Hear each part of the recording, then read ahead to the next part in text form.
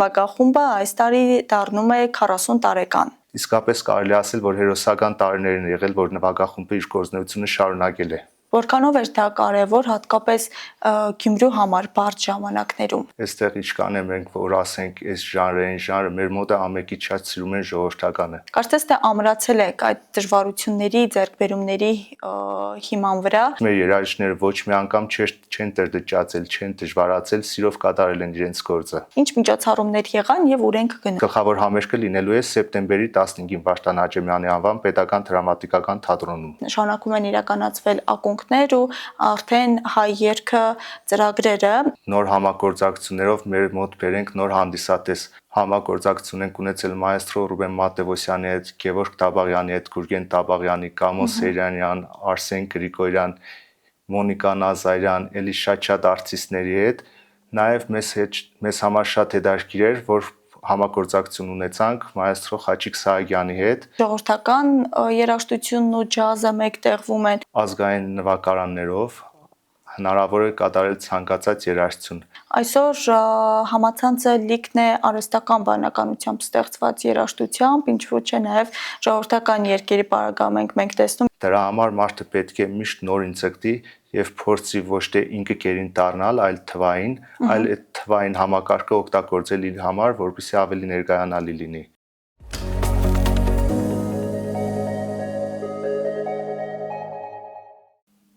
Նպաստելով ազգային ու ժողովրդական երաժշտության տարածմանն ու հանրահռչակմանը 4 տասնամյակ Գյումրու ժողովրդական պետական գործիքների նվագախմբի գործունեությունն այս առաքելությանն է միտված եղել, որտեղից ուր է հասել եւ ուր է գնում թեման այսօր մեր ուշադրության կենտրոնում է, հնարավորությունների սահմանում։ Բարև ձեզ։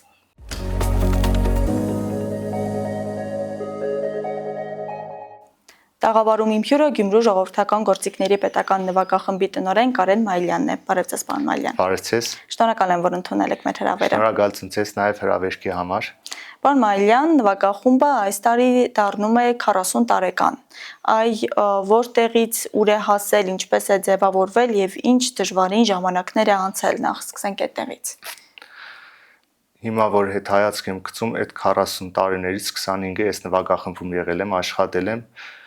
ու որ հետ հայացք եմ գցում, ուզում եմ հիշել, թե ինչ տեսակի դժվարություններ են եղել, որ կարողացել ենք մենք հաղթահարել որպես մեկ օրգանիզմ, մեկ ընտանիք, երևի դա չբացատրելի է, ու կարող եմ ասել, որ բոլոր ժամանակներում նվագախմբում աշխատած երաժիշտները որպես նվագախմբում իրենց գործունեությունը դիտարկել են ոչ թե աշխատանք, այլ բոլորը կարելի է ասել նվիրյալներ են եղել, ովքեր սիրել են ազգային երաժշտությունը եւ նպաստել են ազգային երաժշտության հանրահռչակմանը եւ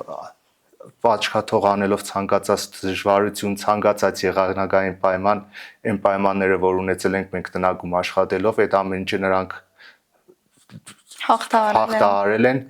եւ ամեն դժվարությունը իրենց համար կարեւոր չի եղել, կարեւորը իրենց համար եղել է ստեղծագործելը։ Բացի դրանից շատ բարեկամներ են եղել, ովքեր որ մեր կողքին են եղել, օգնել են մեզ այդ ամեն ցուրտ ծմերը հաղթահարել, վառելիքով են օգնել, ուզում եմ շնորհակալություն հայտնել ու այս անցած տարիները, որ նայում ես, իսկապես կարելի ասել, որ հերոսական տարիներ են եղել, որ նվագախումբը իր գործունեությունը շարունակել է։ Այսինքն եղել են շենքային դժվարին պայմաններ, գուցե նաև գործիքների խնդիր է եղել։ Իհարկե, այդ բախից եղել են դեպքեր, որ գործիքները ճակվել է, կամ ինչ որ խնդիր է եղել, մարդու մատները սառել է, բայց մեր երաժիշտները ոչ մի անգամ չեն դրջացել, չեն դժվարացել, սիրով կատարել են իրենց գործը։ Այ ինչու, բնականաբար հիմքում ազգային երաժշտության պահպանումն է եղել, բայց որքանով էր դա կարևոր, հատկապես Գյումրու համար բարդ ժամանակներում։ Նայ, Գյումրին ավանդական քաղաք է, այստեղ ինչքան է մենք որ ասենք այս ժանրը մեր մոտ է ամենից շատ սիրում են ժողովրդականը, սիրում են շերամը, սիրում են Գյումրվա ժողովրդականը, սիրում են Գյումրվա դույդուը, Գյումրվա ղաշանկեն, եւ այդ ամեն ինչը մեր այրան մեջ է, եւ այդ ամեն ինչն է երևի մարդկանց ստիմուլ տվել, որ իրենք այդ ամեն ինչը հաղթահարել են այդ ամեն դժվարություն։ Ամեն դեպքում այս տարին հոբելյանական է եւ կարծես թե ամրացել եք այդ դժվարությունների, ձեռքբերումների հիման վրա, ինչպես եք արժևորում հոբելյանական տարին, գիտեմ, որ արդեն մի քանի ծրագրեր եղել են համենայն դեպս, բայց մեծ համերգը դեռ չի եղել, որով կնշանավորվի նվագախմբի 40-ամյակը։ Ինչ միջոցառումներ եղան եւ ուր ենք գնում այս մասով։ Հայաստանի Հանրապետության կրթության, գիտության, մշակույթի և սպորտի նախարարության աջակցությամբ ունեցել ենք 2 համերգ։ Առաջին համերգը մայստրո Ռուբեն Մատևոսյանի մասնակցությամբ էր, որը մեզ համար մեծ պատիվ էր, որ մայստրոյի հետ գտնվում ենք մի հաշտակի վրա, մայստրոյին նվագակցում ենք, մայստրոն երգում է, մայստրոյի հետ համագործակցությունը մեզ համար մեծ պատիվ է։ Հաջորդ համերգը ունեցել ենք Մոնիկա Նազարյանի հետ, ով ունի բարձր կատարողական վարպետություն, միշտ հաճելի է Մոնիկայի հետ համագործակցելը։ Բացի դրանից մի հատ մանկական ծրագիր ենք ունեցել, կախարդված մեղեդիներ։ Այդտեղ ներկայացնում ենք հայկական եւ արտասահմանյան մանկական ֆիլմերի ու մուլտֆիլմերի սաունդթրեքերը։ Նմանատիպ փորձարարական ծրագիրները նպատակ են հետապնդում նրանով, որ մենք ուզում ենք նոր հանդիսատեսներ գրավել, դրա համար հաճախակի նման ծրագրեր ենք անում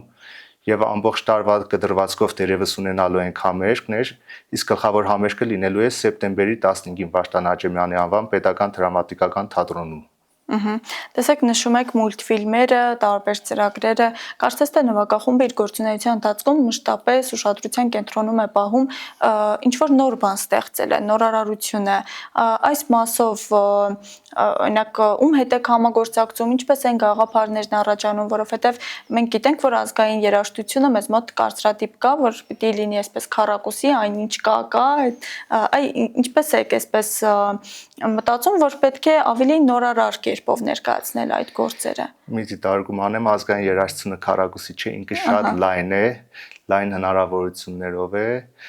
Ուղղակի հաճախակի ավագ սերնդի կողմից երբեմն քննադատվում ենք, ասում են, որ հարկավոր չէ այդ բաներ անել, բայց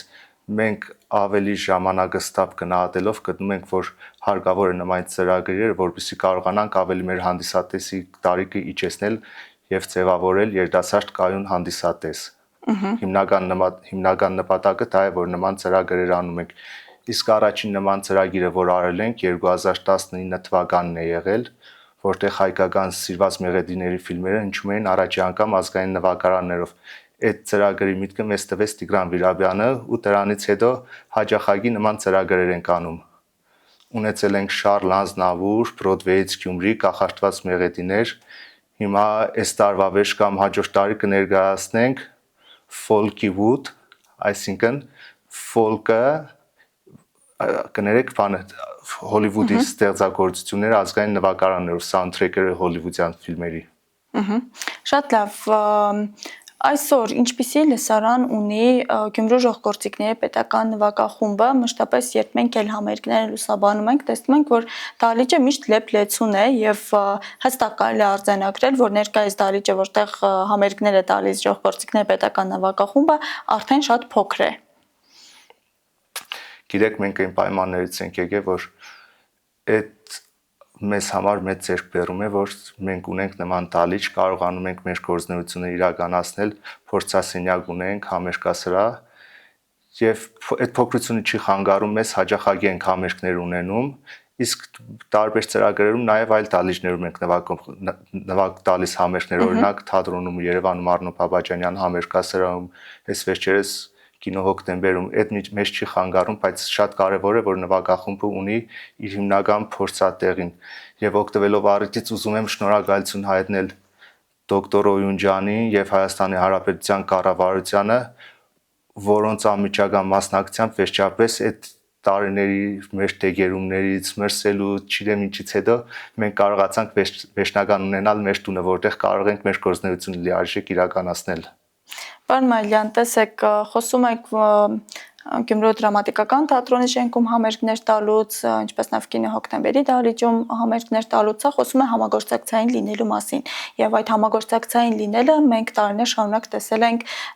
նաև Հայաստանի կրթության, գիտության, մշակույթի և սպորտի նախարարության հետ, ում հետ իրականացվեցին եւ նշանակում են իրականացվել ակունքներ ու արդեն հայ երգը ծրագրերը, այս ծրագրերն ինչին էին միտված եւ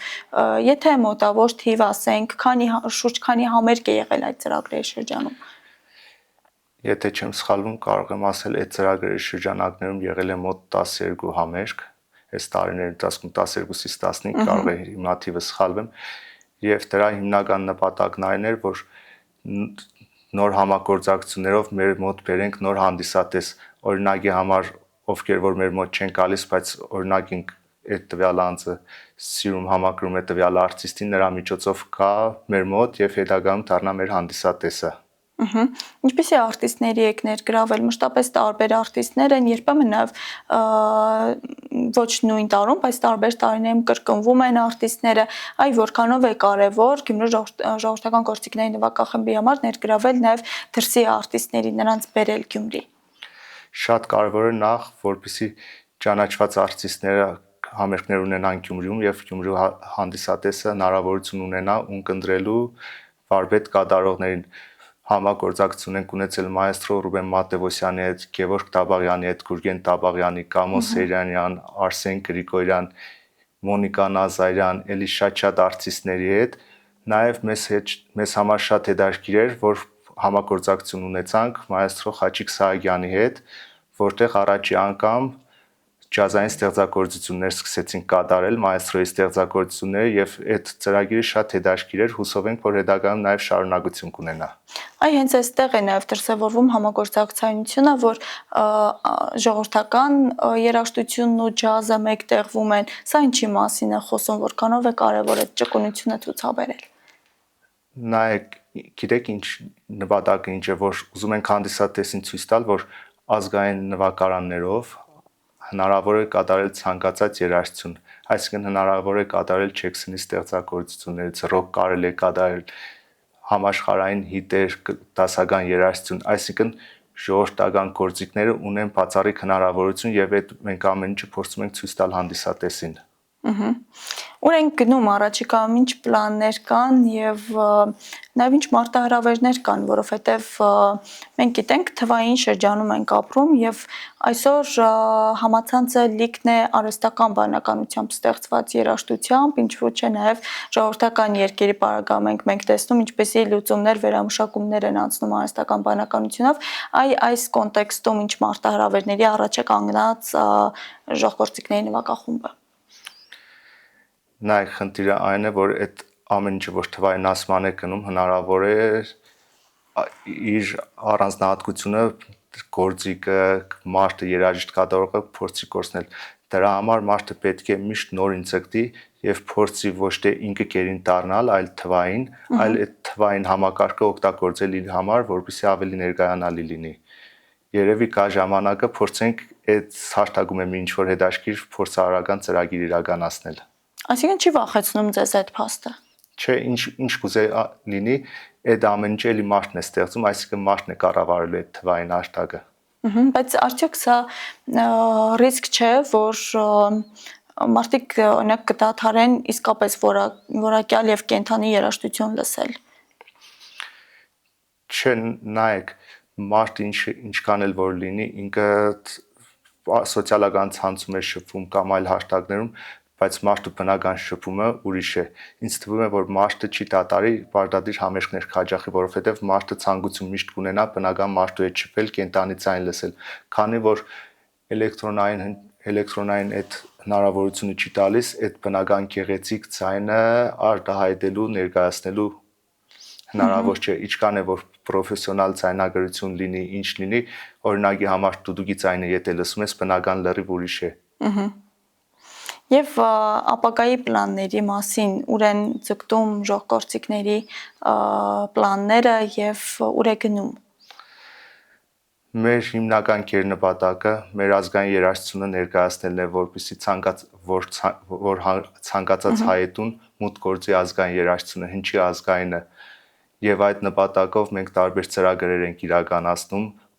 որպեսզի կարողանանք մուտք գործել ցանկացածի տուն, լսելի լինել եւ ներկայացնել մեր ազգային երաժշտությունը։ Շատ լավ, 40 տարին բավականին երկար է ժողովրդիկների այսպես պատմությունը կերտելու համար, նշեցիք, որ 25 տարին դուք ժողովրդիկներում եք, այ ձեր մուտքը ինչպես եղավ ժողովրդական գործիքների նվագախումբ։ Նվագախմբում աշխատել եմ 2001 թվականից, երբ որ կոնսերվատորիա ընդունվեցի որպես մեներկիչ, այնուհետև երկրորդ մասնագիտությունը ստանալուց հետո նաև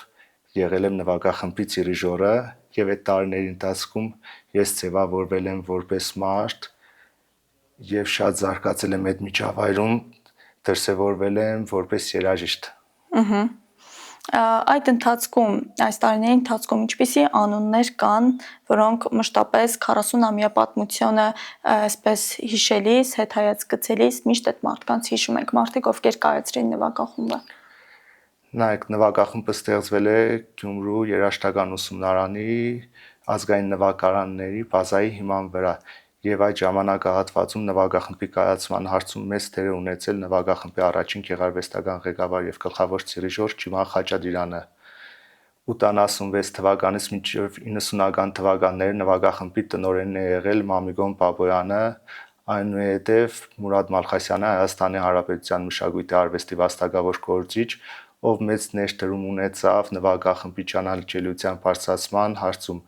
Նվագախմբի գեղարվեստական ղեկավարը 2001 թվականից մինչև օրս Հայաստանի Հանրապետության արվեստի վաստակավոր գործիչ Ջեմա Քաղցրիկյանն է։ Եվ այդ մեր ժամանակահատվածում այդ աշխատելու ընթացքում չեն կարող չհիշել Տիկին Կիրակոսյանին, որ ինքը ամեն քայլի միշտ եղել է նվագախմբի կողքին, ցանկացած հարցում։ Ճիշտ է, ես անմիջական առնչություն չեմ ունեցել, փոքր եմ եղել, նվագախմբի կայացման հարցում մեծ դեր է ունեցել նաև Խաչատուր Ավետիսյանը, ով նվագախմբի ստեղծման օրվանից, եթե չեմ սխալվում, մինչև 90-ականների իր մահվան ժամանակահատվածը եղել է նվագախմբի կողքին, եղել է նվագախմբի խորհրդատուն։ Անդրանիկ Ներսիսյանը, ով եղել է նվագախմբի հիմնադրման օրվանից եւ իր անմիջական գործիքավորումներով, մշակումներով նվագախմբը ունեցավ իր ուրույն ծերագիրը, Հարություն Եղիազարյանը եւ այլ շատ երաժիշտներ։ Այսօր մենք տեսնում ենք նաև նվագախմբի երիտասարդացում, նրանց շարքերում շատ երիտասարդներ կան, բայց համենայն դեպս որպես տնօրեն ինչպես կգնահատեք երիտասարդ սերնդի մոտ արդյոք շատ է սերը դեպի ժողովրդական ազգային երաժշտությունը եւ ինչպես է այսօր պատկերը քաղաքում։ Ճիշտ է, հիմա շատ ժանրեր կան այլ հետաքրքրություններով, բայց իր շնորհիվ մի հատ ծրագիր կա, նախարարությունը անում է դպրոցական բաժանորդային համակարգ ծրագիրը։ Այդ ծրագրի շրջանակներում արդեն երևի 19 թվականից գործում է այդ ծրագիրը, եթե չեմ սխալվում, տարվա կտրվածքով մոտ 5-ից 7,000 երեխա է այցելում մեր մոտ համերգի։ Այդ ծրագիրը հնարավորություն է տալիս, որպեսզի երեխան ունկնդրի ազգային երաժշտություն, ճանաչի ազգային նվագարանները։ Այդ ծրագրի միջոցով ինքը մեծ խթան է հանդիսանում, որպեսզի երեխաները, որ հետագայում մեծանում են, սիրեն իրենց ազգային երաժշտությունը, նաև նրանց միջից շատ երեխաներ կան, ովքեր շարունակում են իրենց մասնագիտական կրթությունը։ Օրինակ, այս տարի, եթե երիտասարդներով նայենք այդ կտրվածքով, բավական տարիների վեր չենք ունեցել, այս տարի արդեն սանտուրար ունենք մենք նվագախմբում։ Ու եթե նվագախումբը նայեք, ներկայացված է ամբողջ ազգային նվագարանների ողջ ընտանիքը, այսինքն ունենք մենք փոքր բամբիր, որը պրոբլեմատիկ է եղել, մեծ բամբիր, բլուլ, սանտուր եւ մնացյալ գործիքները։ Եվ կարծես թե նաև գործիքներ են, որոնք այդքան էլ շատ հանրահռչակված չեն եւ սա թույլ է տալիս, որպեսզի այդ գործիքները նոր շունչ ստանան։ Իհարկե, նայեք, եթե մնացյալ նվագարանները նվագում են տարածաշրջանում, այսինքն արևելքում ամբողջությամբ, ապա օրինակի համար փոքր բամբիր եւ մեծ բամբիրը բուն հայկական նվագարաններ են եւ օգտագործվում են հայկական երաժշտական իրականության մեջ։ Քանի որ խոսեցիք դպրոցականների ծրագրի մասին, ես նկատել եմ, որ ցանկացած համերգին միշտ մի քանի շարքով տեղ են գտել դպրոցականները եւ թեպետ մենք խոսում ենք Գյումրու ժողովրդական գործիքների մասին, բայց մշտապես տեսնում եմ կապը տարբեր համայնքների երաժշտական դպրոցների հետ։ Սա արդյոք այդ ծրագրի բաղկացուցիչ մաս է եւ նաեւ գիտեմ, որ հենց նվագախմբից երաժիշտներ կան, ովքեր հասնում են համայնքներ, այնտեղ աշխատում են, այս համագործակցային կապի կարևորության մասին խոսենք։ Իհարկե կար բաղադրիչ մաս է նաև ծրագրի, բացի դրանից դպրոցական բաժանորդային ծրագրի տոմսերով մշտապես երեխաների մենք տեղ ենք հատկացնում, դալիճի 10%-ը մշտապես նախապատվություն ենք տալիս, որպեսզի երեխաները ներկա գտնվեն անկախ համերգից, անկախ թե այդ 20 տոմսը ինչ գնով կարող ենք վաճառել, բայց մենք նախապատվությունը տալիս ենք ոչ թե կոմերցիոն, այլ ցանկանում ենք, որպեսզի երեխաները ցանկացած եթե ցանկություն ունի, ով մեր մոտ ներկա գտնվի համերգի, անպայման կարողանանք այդ ամեն ինչը ապահովել, որովհետև այդ երեխաները մեր վաղվա հանդիսատեսն են։ Եթե այսօր մենք իրենց գրգապած չընդունենք, հաստատ վաղը խնդիր ենք ունենալու։ Ինքը մեր մոտ չգալով հաստատ ուրիշ տեղ է գնալու եւ հավանաբար ինքը ուրիշ ժանրի, ուրիշ բանի հանդիսատես է դառնալու։ Պարոն Մայլյան, կարծես թե ժողովրդական գործիքների պետական խմբի շուրջ, այսպես առանցքի շուրջ պտտվում է նորարարությունը, երիտասարդացումը, մշտապես ձեր ձեռքը ժամանակի այսպես զարկերակին է, եթե փորձենք վերջին 4 տասնամյակների ձեռքբերումներ առանձնացնել եւ ամփոփել, որոնք կլինեն այն հիմնական ձեռքբերումները, որոնք դուք կշեշտեք։ Երևի այդ տասնամյակների առաջի ձեռքբերում նվագախմբի կայացումն է,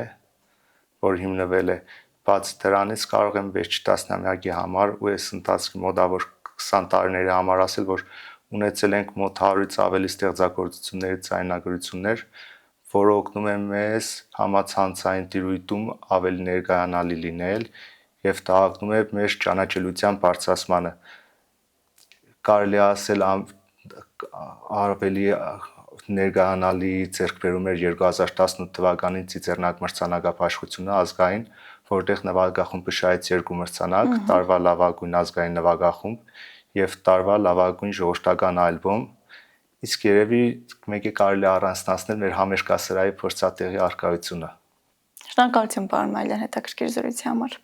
Ձեզ նմանապես շնորհակալություն։ Իսկ ես մեր հեռուստադիտողին եւ հետևորդներին հիշեցնեմ, որ հնարավորությունների սահմանում զրուցում էի Գյումրու ժողովրդական գործիքների պետական նվագախմբի տնօրեն Կարեն Մայլյանի հետ։ Կհանդիպենք։